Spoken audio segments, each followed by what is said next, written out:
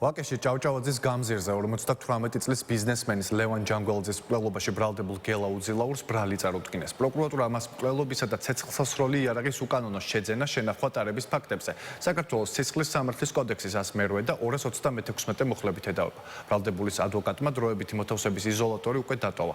შეგახსენებთ, რომ გელა უძილაური ორდღიანი ძებნის შემდეგ შინაგან საქმეთა სამინისტროს თანამშრომლებმა გუშინ თბილისში დააკავეს. ჭავჭავაძის გამზირზე მკვლელობა 14 მარტს მოხდა.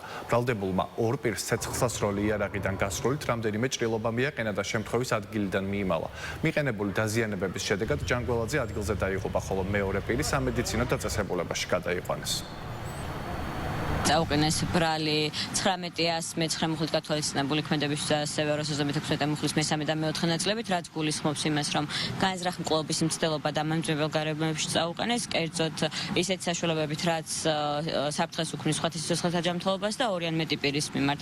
ხოლო 236 მუხლის ნაწილში, როგორც გითხარით, ცეცხლსასროლი იარაღის მარცხაწინააღმდეგო შეძენა შენახვა ტარების ნაწილში წაუყენეს ბრალი, გაიცნო დადგენილება, დილითაც მოგახსენეთ და ეხაც იგივე პოზიცია აქვს.